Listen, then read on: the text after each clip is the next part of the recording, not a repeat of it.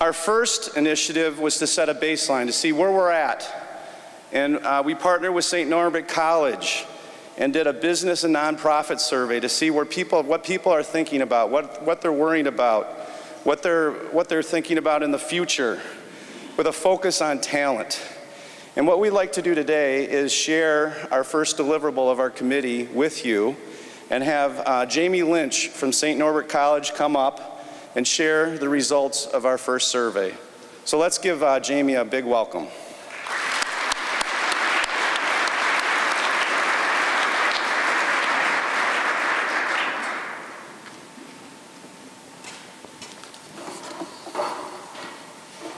This year, the Business Intelligence Committee at the New North partnered with the Strategic Research Institute at St. Norbert College to conduct a study of business perception and risk. I'm delighted to share some of those important findings with you today. The survey included more than 100 assessment and perception questions, and over the next 4 hours, we're going to go over those in excruciating detail. The questions were grouped into 7 broad areas, but today's focus is going to be on risk of disruption and workforce development. But before we get to disruption, I want to share with you a few brief findings from the perception data. Northeast Wisconsin business leaders are optimistic. Most believe economic conditions in their industry and our region are better today than they were a year ago. Our region's business community believes the economy is heading in the right direction. Indeed, most business leaders believe our region has changed for the better in the past 3 years. A vast majority of business leaders support our local educational institutions and hope to see their business-related offerings expand soon. A few brief details about the study. It's a Canvas survey of New North members. Everybody was eligible. It was an online survey conducted from October 1st to 16th of this year. The largest sectors represented are manufacturing, service, and construction. There's a mix of small and moderate companies, both by revenue and employee size. The median size for a company is about 51 to 100 employees, and the median revenue is about $5 to $15 million. Here are some important findings regarding disruption and workforce development in our state, in our region. The Northeast Wisconsin business community believes they are at risk for disruption. 40% of Northeast Wisconsin businesses are highly concerned their business activities or operations will be disrupted by 2020, a mere 13 months away. 2/3 believe they are at some or partial risk of disruption by 2020. The perceived risk of disruption comes in 2 flavors. First, there is perceived pressure to innovate. For example, 70% of Northeast Wisconsin businesses believe the pressure for innovation in products and services has increased dramatically in the past 3 years.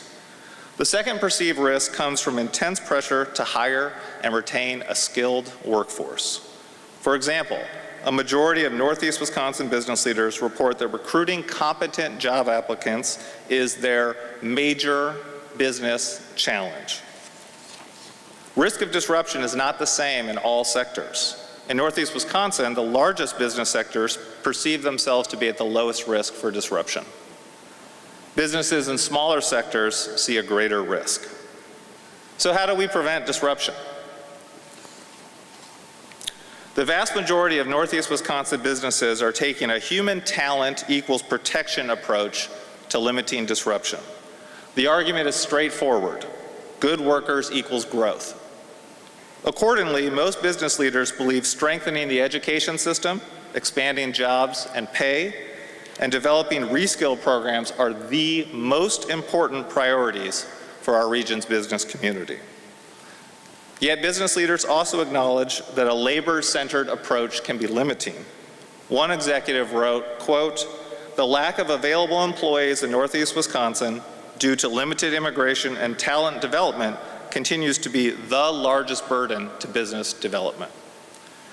Given this very real labor limitation, it's important to note that nearly 40% of surveyed workplaces have not adopted any of 10 common practices to compensate for workforce gaps.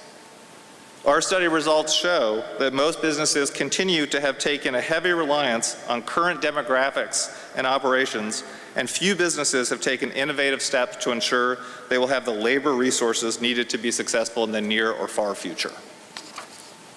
So how can we be successful in the future? Unfortunately, Wisconsin faces a demographic challenge that will render the talent equal protection argument invalid. Wisconsin and the Midwest in general have higher fertility, that's more young people, and still have a lagging workforce. Parts of the country with lower fertility, thus fewer young people, are figuring out how to compensate for workforce gaps that will only grow larger in Wisconsin over time.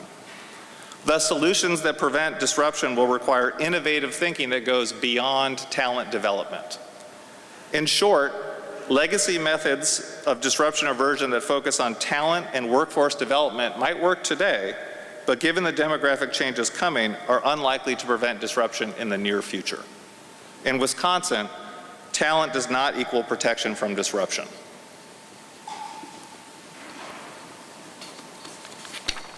So what can you do? Here are 3 questions to ask yourself today as you prepare for the future demography of our workforce. First, what is your business doing today to prepare?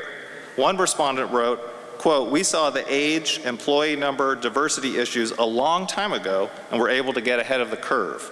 It's interesting to see that the companies who talk the loudest of what they are doing today are the same ones who weren't listening 5 years ago." Second, what will your business do tomorrow to limit disruption?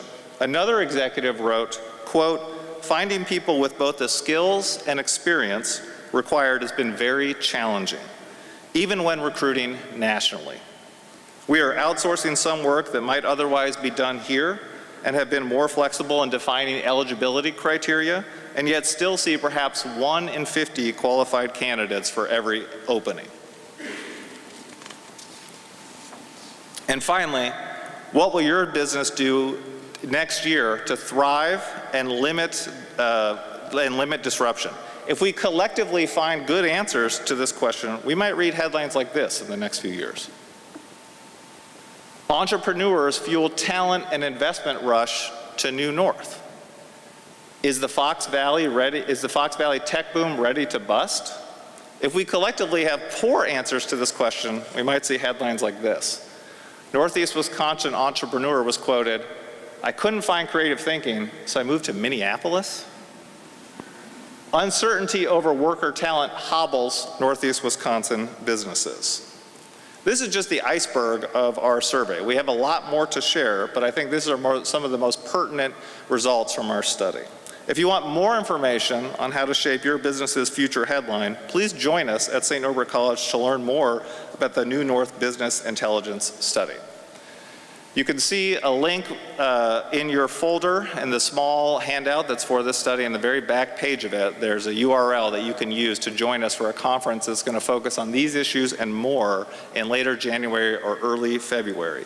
During that time, we're going to focus in greater detail on perception of business climate in our region, education and training opportunities, and what we can do to stave off what could be a challenging future. Thank you.